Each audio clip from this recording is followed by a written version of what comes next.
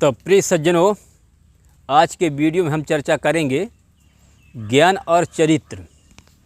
जैसा कि जीवन में क्या हमें दोनों बात की आवश्यकता है, ज्ञान और चरित्र की, या कि फिर ज्ञान भर से या कि फिर चरित्र भर से हमारा काम चल सकता है, हमारा जीवन क्या धन हो सकता है, हम जीवन पाने का सही लाभ क्या उठा सकते हैं, या कि फिर दोनों हमें ज़रूरी है, ज्ञान और चरित्र। तो प्रिय साथियों, प्रिय सज्जनों, जैसा कि मैं समझता हूँ कि हमें जीवन में दोनों बात की आवश्यकता होती है, ज्ञान की भी और चरित्र की भी। तो जैसा कि ज्ञान का मतलब हुआ पढ़ा लिखा होना, दुनिया में अच्छा और ख़राब सभी चीज़ों को जानना, पहचानना।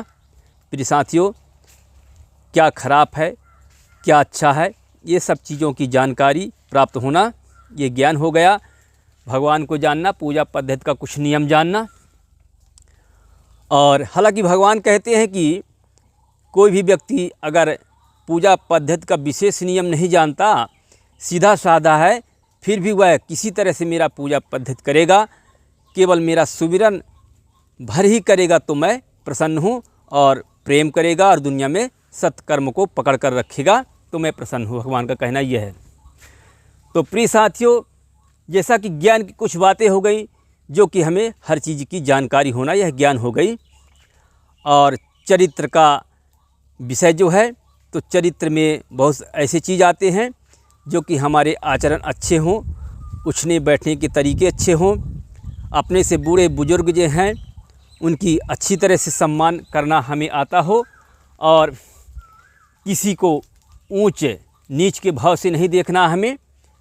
मानव तो मानव है और सभी को लगभग एक नज़र से देखना चाहिए हमें, किसी को जात पात के आधार पर नहीं देखना है। यह आचरण की बात हो गई। और खान पीन में अच्छी बात रखनी है, अच्छी चुनाव करना है। सनातन की माने तो हमें शाकाहारी रहना है। यह आचरण की कुछ लगभग बातें हो गई। तो प्रिय सज्जनों, कहीं कहीं तो ऐसा होता कि आचरण हम अच्छा अपना लेते हैं, भगवान की पूजा करते हैं, नाम सुमिरन करते हैं, और जो हमारे सियाने हैं, पिता हैं, माता हैं, उनकी सेवा खूब करते हैं, भगवान की भक्ति खूब करते हैं, और बोलने की शैली भी अच्छी होती है हमारे पास, और लगभग दुनिया संसार में सभी काम हम अच्छे ही करते हैं, और उसके फल भी लगभग अच्छे ही बनते जाते हैं। हमारे खाता अकाउंट में प्राकृतिक का जो खाता है, ईश्वरी खाता है, उसमें जमा होता रहता है। पर कहीं कहीं हम ज्ञान के सहारा नहीं ले पाते, ज्ञान को पकड़ के नहीं रखते, तो जो हमारा मेहनत किया हुआ है, जो मेहनत से हमारे फल प्राप्त होने वाले हैं, जो फल बनते हैं अच्छे कर्मों से, वह क्षीण हो जाता है। और कहाँ क्षीण हो जाता है?